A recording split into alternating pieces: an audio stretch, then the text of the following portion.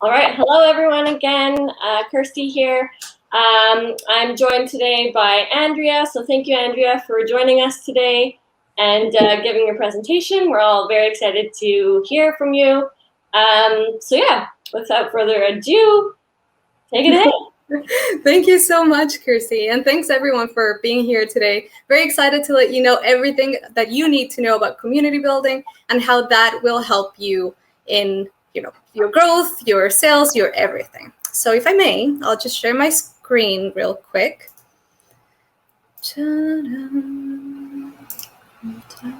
All right. So we are here. All right. Well, welcome again. So as I was introduced already, my name is Andrea. I'm the founder of LeadSense and former community builder. And we'll go into there just now. You may be wondering what LeadSense is. So just very quickly to provide context, LeadSense is my small business side hustle that was created to elevate the candle gifting experience by providing a customized message or photo in a magnet that I put on the lid of the candle. And then that way it stays after the candle melts. So a bit of a twist to candle making. I make everything myself and I have an e-commerce website. So that is pretty new. I'm gonna get into that in a bit. But also, I have a career in entrepreneurship. So I'm a psychologist by training, but everything I have been doing so far in my career has been in entrepreneurship, in community building, both in Chile and in Canada, working for startup accelerators and startup programs, supporting startup communities across the country, both in Chile and in Canada. So with that said, let's get a bit personal here and why community is so important to me and why I'm so passionate about it and why I want you to be as passionate as I am and how it will help you. So I don't know if I mentioned that, but I worked in Chile because I am Chilean originally. So I was born and raised in Chile. And I moved to Canada in 2018. So that's a photo of me here with my family the night that I left, and then here in Ottawa, where I currently live. And I mentioned this because I was going to be here for only 1 year originally on a working visa. And right now I'm a permanent resident. And the main reason that happened is thanks to communities. This might not be a tech community itself, but you get the idea. I joined Couchsurfing. If you don't know what it is, go check it out. But it's a traveling community essentially. And they have meetups here in Ottawa where I got to meet all of, who are currently still my friends, and more than friends, my family in Canada that welcomed me here from the beginning. So you can see, even if this particular experience is not necessarily tech-related, communities are essential to me. So why communities, and why does this matter to you in the tech space? Communities create a sense of belonging with a group of people that share the same passion, and this is also very key here. And it allows for networking, and we're going to touch on these topics as we go. If we think about it for a second, communities go back to the beginning of our existence. We humans are designed to be social. We're designed to live in communities. From, in Egypt, and how they even had ways to communicate, like you see in one of the photos, or just indigenous communities across the world. We've always lived and supported each other in communities. So why would we even divert from that, right? Funny enough, it happens.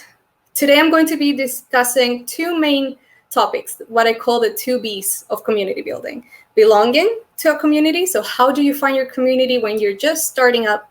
And also building your own community as a startup or any business. So with this said, like I just mentioned, communities have been there from the beginning. They're so important, so crucial. They help us in so many ways. But why, up to this day, do we still have what we call solopreneurs, a person that is, on their own in a business journey? It's like this happens so often. And there's different reasons to this. Basically, what I've seen after helping, several startups 250 startups, I want to say, and 50 startup communities in Canada. We have that. Oops, sorry. Let me go back there. Sorry about that. We have that in very early stage startups, like when you're just creating something, you're just forming up. There is a lot of fear. I get that question all the time, but like, okay, I want to get involved, but also I don't want to share my idea too much. What if someone steals it from me? There is uncertainties. I don't know if this is going to work out or not. Or maybe you think that there's no time, to be part of a networking group or something, that you need to be home just working on it all the time. Or the other reason that there's still solopreneurship is what I call the superhuman syndrome, which basically means that you think you're a superhuman. And again, like I believe that every entrepreneur is a superhuman, but we also are humans, right? So we need to slow down sometimes and realize that we can't do it all. Even more if like maybe at the beginning you can do the first few things, but from there, if you want to boost your growth, you'll need to go into community. So when you are just starting up, when you're just starting a business, the essential thing about finding your community is for networking. You guys, you're going to hear this so much, and you probably know this already. Getting your customers can be done through networking, building partnerships for your business. Maybe you need a team member now that you want to expand a bit. So maybe you can find that person who shares the same passion with you from that community that, you can belong to. And last but not least, if you're still at that stage that you're by yourself, you still should be connecting with, for example, mentors. So a community or a startup community will be fantastic for this. It will provide you with real support from people that share, again, the same passion and drive. There's nothing you can do about that. Passion and drive, you build a powerhouse. And lastly, silos no more. Like work does not happen in silos. That's why we have teams, right? So how about, places like co-working spaces? If you look at co-working spaces, you'll see that most of them, if not all of them, have some sort of community building or community builder as part of the team to make sure that those connections are happening, to make sure that they set you up for success for the time that you're going to be launching or to support you after your launch. So that's on the belonging part, right? And I said there's two B's. The other B is building. And I'm going a bit fast here. I know that. So let's imagine, okay, we said you're just starting, so you should find a community to do all of the networking and everything we just discussed. Now, what if you're already a startup? You already have a team, you're up and running. So now you want to boost your growth, title of the talk today. This is when you should be definitely be creating a community for yourself, a community for your brand, for your startup when you're in this growth stage. When selling isn't enough, it's, we live in a time and era that you can't just say like, hey, I have this for you and have this communication of like me talking to you. We are in an era where we should be encouraging interactions, and that's done through communities. And I just quickly want to mention an example here. And I also have a quote from Airbnb's CEO. When they remodeled Airbnb, they decided to focus everything on community for their growth. And it really worked out. So they're sharing their stories from the hosts, from the guests.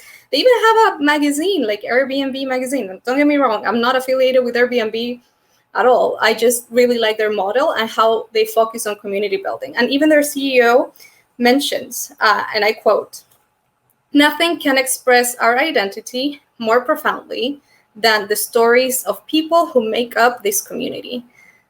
So there you have it, and they have grown so much. Another very brief example I want to give that I personally use is Team Body Project.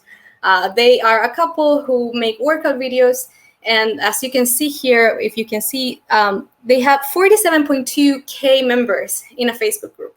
You can have a video to work out and that's done, or you can go way beyond that and have a community like this that at the end of the day, when you have so many members, it runs on its own, which doesn't mean you're going to disappear. These guys still come in and, post and keep people updating. It's part of building community constantly. It's part of a long-term strategy. But the people that work out with them, and the reason why I'm still with them after a year is because they provide me with something more than just working out. It feels like working out with a friend. I feel like, oh my gosh, like almost like I'm going to be cheating on them if I go elsewhere. That's the kind of community they created. And it is very impressive to see. So basically, we have a list of things that happens when you build your own community, right? You're recognizing people, you're making them be seen, you're encouraging connections and trust and a sense of belonging. So I ask you at the end of the day, how do you feel when you belong? I'm pretty sure you feel great. And if you feel like you were seen, you were recognized, even if you just buy something from a store, you're probably going to be back. Because ultimately, and keep this in mind, ultimately, people remember you for how you make them feel. Okay, not necessarily about who you are, not necessarily about what you've done, not necessarily about the product or service you're offering. They remember you for how you make them feel. So if you build this community, this sense of belonging, this feeling, pretty sure you're going to be building loyalty for your brand at the end of the day. At the end of the day, we all have a story. All of your customers, all of your clients, they all have a story. And when you build those, interaction moments with them, either online or in person, you are mostly guaranteed some sort of like loyalty, some sort of like trust, some sort of like, I'll recommend you. And that's what you want. At the end of the day, and this is, I'm going to close with this. At the end of the day, I don't know if you've heard about Maslow's pyramid and how we have basic needs. When we have our food and water enough to live and our safety, the next thing on that pyramid is belonging, right? A sense of belonging. That's what a community does. So why, as a startup or as a company, wouldn't you want to appeal to human beings' basic needs, right? So that's what community building is all about. I hope that this pyramid pretty much tells you or ends convincing you why this is so relevant to boosting growth and boosting your sales. Lastly, the title of my keynote is how to do that online, and I'm going to touch on this very briefly. Social media is a powerful tool, and it's not about selling on social media necessarily or using ads. That's all great. I'm not saying don't. I'm just saying you can create other initiatives like activities that engage with your customers through social media, initiatives for engagement, even newsletters that are for a reduced group of people, although be careful with newsletters, but that's for another topic. You can have lives, ask me anything sessions, blogs. As long as you're consistent and you're interacting, you're building a sense of community. And of course, the benefits of doing this online, you're going to reach a wider international, maybe, audience, right? You're going to gain new perspectives, and ultimately, you're going to grow. That's what it's all about. My last comment today, though, if there's anything you should remember is I'm not saying this should be maybe your only or your last sales strategy. No. All I'm saying is leverage community beyond sales, because on the end of the day, once you have a community, it will bring sales on its own, and you're building for something even greater than just sales. You're building like a footprint. That's what you're building. So I'll close this with this question that we don't have to answer today, but I want you to take home with you. What are you doing to build community with your business or business to be? And how can you make an impact on community building? This last question points to, those of you looking for a job in tech. Have you ever thought about community building as, something you can pitch to a startup? I think it's pretty relevant. Thank you. That's all for today. All right, that was great. Thanks, Andrea, for the presentation. I think community is so important, and you can really see the communities in all the different companies, and it makes such a big difference. Yeah, absolutely. So for the last 6 minutes, we will head over to the Q&A tab. Perfect. And so far we have 3 questions, so we'll try and answer as many as we can. And then if we can, we'll also get to the people who have raised their hands. So the first one I see here is, how can a community help in getting a job as a new grad? Perfect. So that's a very good question. Community is everything. So as soon as you go into a community where everyone has the same passion as you, so that's why it's important that you find a community that you're passionate about in, for example, tech. All those connections that you make in those, co-working space or events or meetups that are meant to be for, people with the same passion that you share, making those connections. I don't know, you may meet someone who's a CEO of a company that they are like, hey, like, have you ever thought about working for, a company like us? Done. So it's all about the connections at the end of the day. And I encourage that you do that. Even like for those who haven't graduated yet, start doing it before you do that, like before you graduate. Just, you never know who you're going to meet. And you should always have it as a long-term like vision. Just meet whoever you can now, right? So they can, maybe be your next employed person if you start a business, or the next person to hire you. You never know. Yeah, absolutely. All right, the next question we have is, how do you build the community's identity and make it stand out? Ooh, I love this. So I do really think that if you're creating a community of your own, first you need to be real to yourself and what your company or brand is all about. Because, as soon as you divert from anything that is true to you, it's not going to work. It's going to feel fake to you, whoever is going to be running that. So first I would sit down and think on, like, if you are trying to build a community, what are your main values? And from your values, you can start building something with the right wording, creating meetups, letting the word out. At first, when you're starting to create a community, it's all about raising awareness that you exist. It probably will start slow, but that's okay, because this is not, a community is not for right now. A community is meant to be for the long term. Yeah, great. Next one, I'm asking, can you share your contact information and how to get in contact with your company? Yes, of course. Can I do that through the chat? Yeah, you can just share it in the chat there. Perfect. The best way to reach me, you guys, it's gonna be social media for me. So you can either go on Insta and find me and follow me if you can. Write it down. And if not, you can also email me. I'm writing it down as well, and I'm sending it in a sec. All right. All right. Perfect. All right. So one other one I want to bring up is how to overcome the politics in a good community. Ooh, good question. So this brings me back to the example I gave about the team body project that I mentioned, the guys that I used to work out with. What they do is actually what I think is best practice. So for example, they created this Facebook group, but they have very clear rules.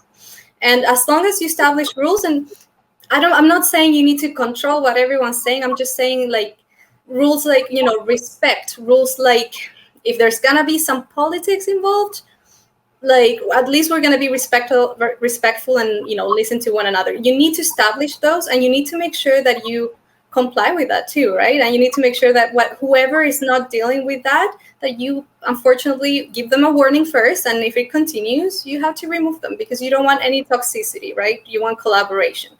So setting ground rules is very crucial, and you need to make those rules very transparent as well. Yeah, absolutely. I agree.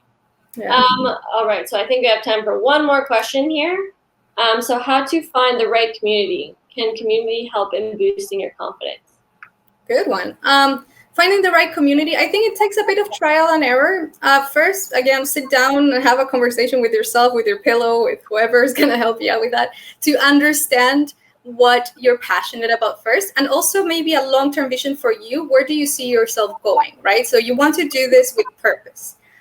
So once you figure that out, you can start looking for meetups, and every single place out there that is building community due to the pandemic has pivoted already, and they have some sort of online community going on. So online meetups, when it is in-person meetups, you can just find groups on Facebook, on social media, and it will definitely boost your confidence in a way that you're going to be meeting people. You're going to be exposing yourself. Let's just straight up say that way. You're going to be exposing yourself to a group of people that will at first be strangers. And at first you may feel intimidated, but once you realize that everyone is on the same boat and the same page, you're slowly going to build up that confidence. And the community is a network of support at the end of the day.